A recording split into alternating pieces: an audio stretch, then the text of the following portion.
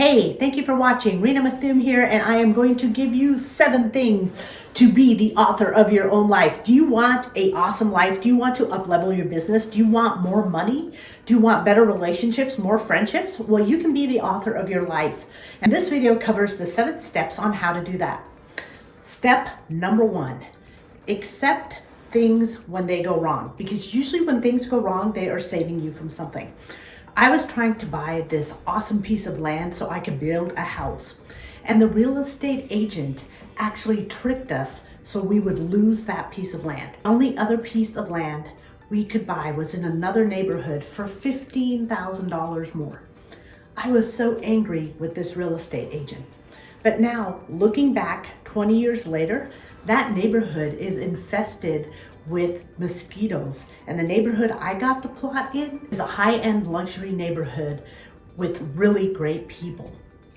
Thank God that that real estate agent scammed us, because I would have been in the wrong neighborhood with the mosquitoes. So when things go wrong, maybe they're going wrong for you. Step number 2, accept all the weirdness and the quirks about you, because your weirdness and your quirks are what make you authentic, and whatever makes you authentic makes you attractive. I am so good at math and science, but I always used to hide that because I wanted to be cheerful and outgoing in the life of the party. And I was never cheerful, outgoing, or the life of the party. I was the nerd. But now what I realized is the people that like me really like me for my brain and my problem solving.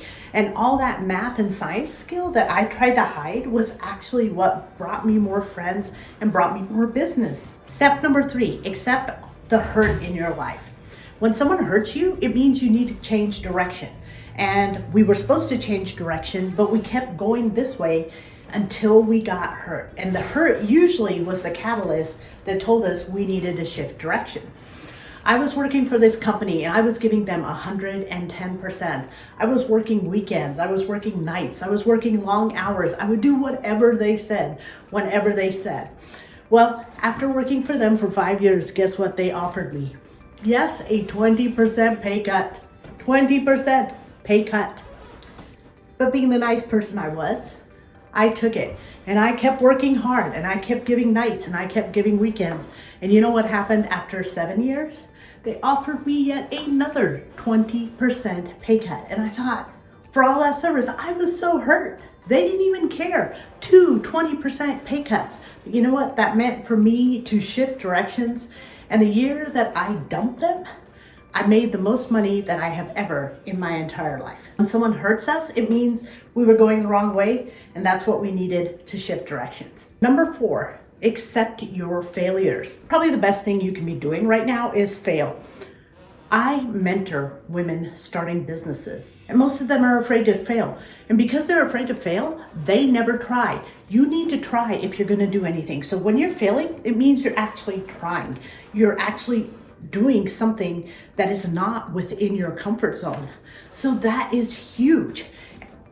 My mentor, Mary Kay, always said, you fail forward to success. So do you want to be successful? You need to keep failing and failing and failing, and that's how we get close to success. Staying in our comfort zone is only going to limit us.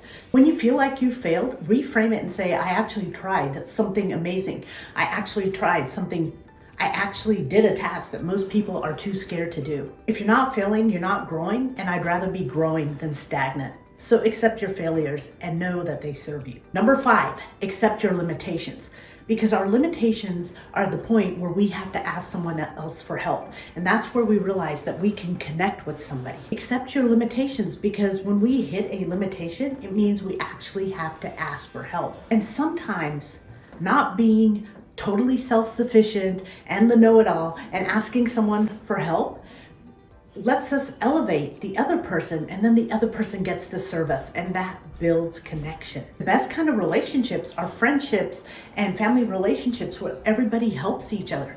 One person isn't doing it all, and one person isn't, and a single person doesn't have every single skill that that relationship needs. So think about a puzzle that makes a beautiful picture. Be your unique piece of the puzzle. And accept your limitations and connect with others to fill in the pieces. Accept your mistakes, because our mistakes are going to give us something better. The only way that we can learn a new skill, the only way that we can improve ourselves, the only way that next year will be better than this year is if we make mistakes this year that will help us next year. The only way to learn is to have mistakes. So let's say we trust someone that didn't deserve our trust.